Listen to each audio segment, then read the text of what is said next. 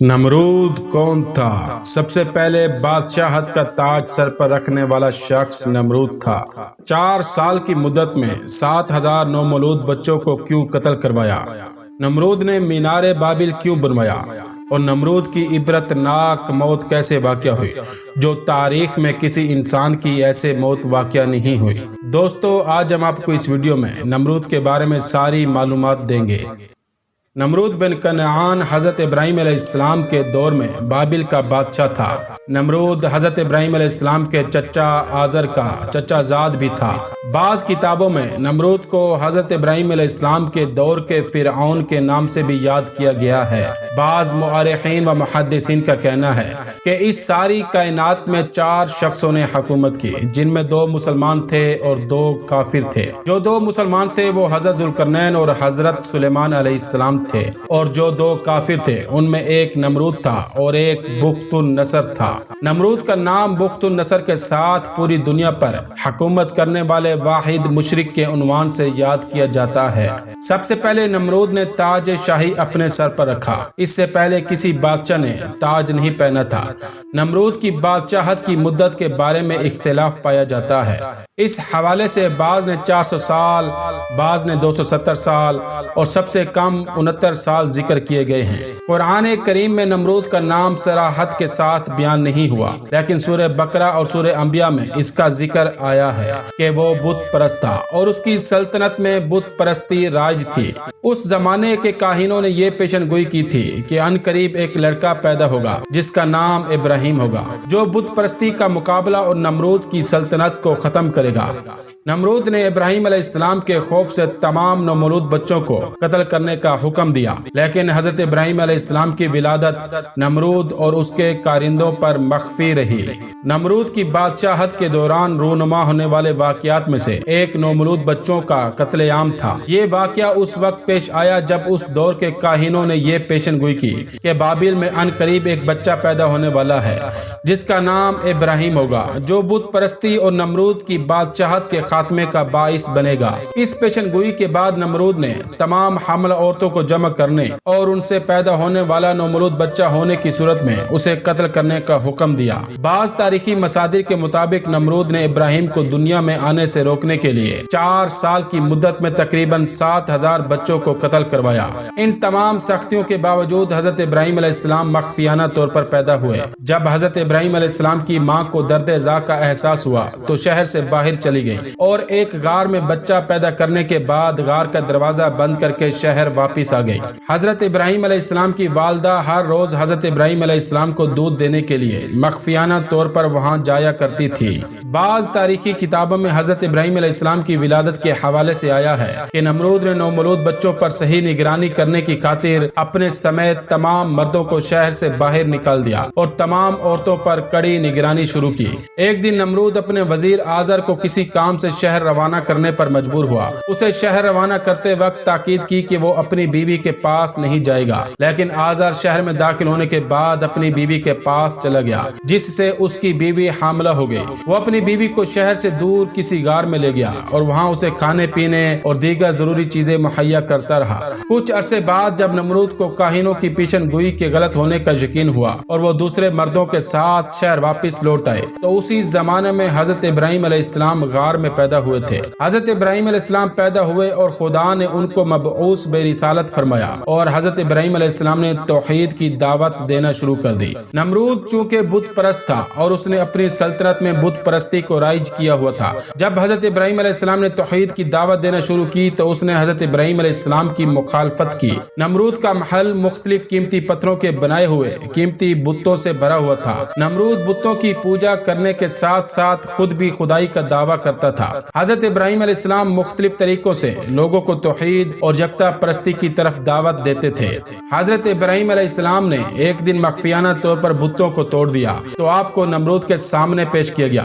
اس موقع پر حضرت ابراہیم علیہ السلام نے نمرود کی ربوبیت کی رد اور خدا کی وحدانیت کو ثابت کرنے کی قصد سے نمرود سے مناظرہ کیا۔ یہ مناظرہ لوگوں کے سامنے ہوا اور اس کا تذکرہ قرآن مجید میں سورہ بقرہ میں اس کی طرف اشارہ کیا گیا ہے۔ اس مناظرے میں حضرت ابراہیم علیہ السلام نے کہا، میرا خدا لوگوں کی زندگی اور موت موت کا مالک ہے؟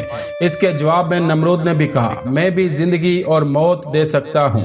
نمرود اپنی اس بات کو ثابت کرنے کے لیے 2 قیدی لانے کا حکم دیا، پھر ان میں سے ایک کو آزاد کرنے اور دوسرے کو قتل کرنے کا حکم دیا۔ گویا جسے آزادی دی اسے زندگی عطا کی گئی اور جسے قتل کیا اسے موت دی گئی۔ اس موقع پر حضرت ابراہیم علیہ السلام نے کہا میرا خدا سورج کو مشرق سے نکالتا ہے، اگر تم بھی خدا ہو تو اسے مغرب سے نکال کر دکھاؤ۔ نمرود حضرت ابراہیم علیہ السلام کی اس درخواست کا جواب نہ دے سکا۔ قرآن مجید میں اسی بات کو کافر کے مبہوت ہونے سے تعبیر کیا ہے۔ نمرود کو جب مناظرے میں شکست ہوئی تو اس نے حضرت ابراہیم علیہ السلام کو ان کے خداؤں کی بے حرمتی اور انہیں توڑنے کے جرم میں سزا کے طور پر اسے آگ میں پھینکنے کا فیصلہ کیا۔ نمرود اور بت پرستوں کے اس فیصلے کا تذکرہ سورہ انبیاء کی آیت نمبر 68 میں ہوا ہے۔ قرآن مجید میں ارشاد ہوتا ہے تب وہ آپس میں کہنے لگے کہ اگر تمہیں اس سے اپنے معبودوں کا انتقام لینا ہے اور کچھ کرنا ہے تو اس کو جلا ڈالو اور اپنے معبودوں کی مدد کرو۔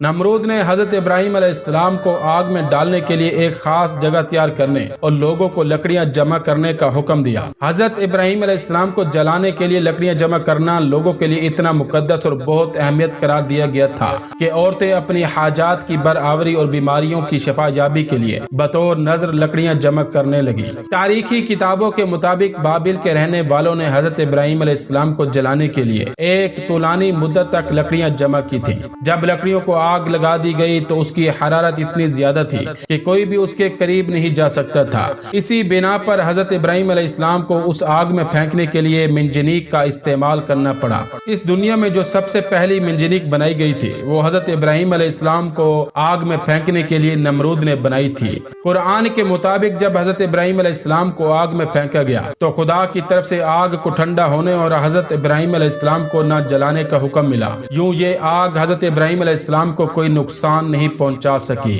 اس واقعے کے چند دن بعد جب نمرود کا اس جگہ سے گزر ہوا تو اس وقت بھی آگ کے شعلے بلند تھے، لیکن اس وقت اس کی تعجب انتہا کو پہنچی جب اس نے دیکھا کہ حضرت ابراہیم علیہ السلام آگ کے شعلوں کے درمیان صحیح و سالم بیٹھے ہیں۔ اس نے حضرت ابراہیم علیہ السلام کو نزدیک سے دیکھنے کے لیے ایک بلند و بالا مینار تیار کرنے کا حکم دیا تاکہ اس پر جا کر آگ کے شعلوں کے درمیان حضرت ابراہیم علیہ السلام کو دیکھا جا سکے۔ جب نمرود کو یقین ہوا کہ آگ نے حضرت ابراہیم علیہ السلام کو کوئی نقصان نہیں پہنچایا، اس وقت اس نے حضرت ابراہیم علیہ السلام سے کہا کہ تمہارا خدا بہت بڑا ہے جس نے تجھے آگ سے محفوظ رکھا ہے، اب کیا آپ آگ کے شعلوں کے درمیان سے باہر آ سکتے ہو؟ حضرت ابراہیم علیہ السلام نے کہا کیوں نہیں، میں باہر آ سکتا ہوں۔ نمرود نے دوبارہ کہا اگر آپ آگ کے اندر بیٹھے رہو تو کیا آپ کو کوئی نقصان نہیں پہنچے گا؟ حضرت ابراہیم علیہ السلام نے کہا نہیں۔ اس پر نمرود نے حضرت ابراہیم علیہ السلام سے باہر آنے کی درخواست کی، جس پر حضرت ابراہیم علیہ السلام آگ سے باہر آ گئے، جبکہ آگ اس وقت بھی شعلے ور تھی۔ نمرود نے جب یہ معجزہ دیکھا تو حضرت ابراہیم علیہ السلام کو آزاد کر دیا اور خدا کی راہ میں 4000 گائیں پر مشتمل قربانی پیش کی۔ حضرت ابراہیم علیہ السلام نے کہا جب تک ربوبیت کے دعوے سے توبہ کر کے خدا پر ایمان نہیں لاؤ گے تمہاری قربانی قبول نہیں ہوگی۔ نمرود نے حضرت ابراہیم علیہ السلام کو آزاد کر دیا اور خدا کی راہ میں بھی قربانی کی، لیکن خدا پر کبھی بھی ایمان نہیں لاتا تھا۔ آخر کار شیطان کے مشورے کے مطابق نمرود خدا کی تلاش اور ان سے لڑنے کے لیے اپنے پالتو عقابوں کے ذریعے آسمان کی طرف پرواز کی۔ آخر کار وہ زیادہ بلندی سے ڈرتے ہوئے خدا کو تلاش کیے بغیر واپس زمین پر آ گیا۔ تاریخی مصادر میں نمرود کے محل پرواز کو بیت المقدس اور اس کے دوبارہ زمین پر بیٹھنے کی جگہ کو جبل الدخان ذکر کیا ہے۔ بعض تاریخی کتابوں میں نمرود کے آسمان کی طرف پرواز کرنے کی داستان کو مختلف انداز میں پیش کیا گیا ہے۔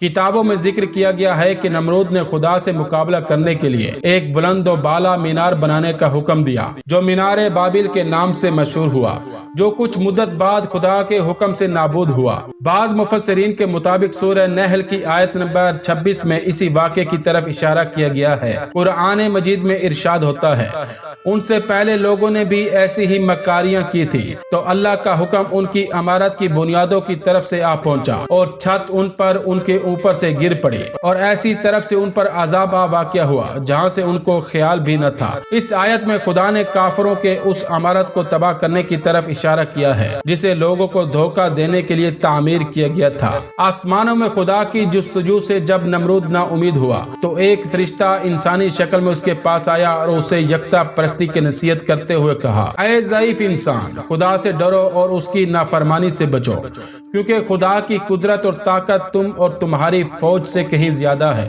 اگر وہ چاہے تو تجھے اپنی سب سے ضعیف مخلوق کے ذریعے ہلاک کر دے گا۔ اس موقع پر نمرود نے اپنے علاوہ کسی اور کی بادشاہی سے انکار کرتے ہوئے خدا سے مقابلے کا تقاضا کیا۔ فرشتے نے اسے اپنا لشکر جمع کرنے کے لیے 3 دن کی مہلت دے دی۔ 3 دن کے بعد خدا کے حکم سے مچھروں نے نمرود کے سپاہیوں پر حملہ کیا، جس کے نتیجے میں اس کی ساری فوج فرار کر گئی۔ کچھ مدت بعد وہی فرشتہ دوبارہ نمرود کے پاس آیا اور اسے اس کے لشکر کی شکست کی یاد آوری کرتے ہوئے خدا پر ایمان لانے کا کہا اور قبول نہ کرنے کی صورت میں موت واقع ہونے کی دھمکی بھی دے دی۔ نمرود نے اس دفعہ بھی قبول نہیں کیا۔ خدا نے ایک مچھر کو نمرود پر مسلط کیا جو ناک کے راستے سے نمرود کے دماغ میں داخل ہو گیا۔ نمرود کے سر میں شدید درد شروع ہو گیا اور درد کی شدت یہاں تک تھی کہ وہ اپنے آپ اپنے سر پر مارنے لگتا، جس سے مچھر کچھ لمحے کے لیے آرام سے بیٹھ جاتا، یوں اسے بھی آرام ملتا۔ اس کے بعد جو بھی نمرود کے پاس آتا اس کے احترام میں ہاتھ کا بوسہ لینے کی بجائے اسے آرام اور سکون دینے کی خاطر اس کے سر پر ہتھوڑی کے کئی وار کرتا تھا،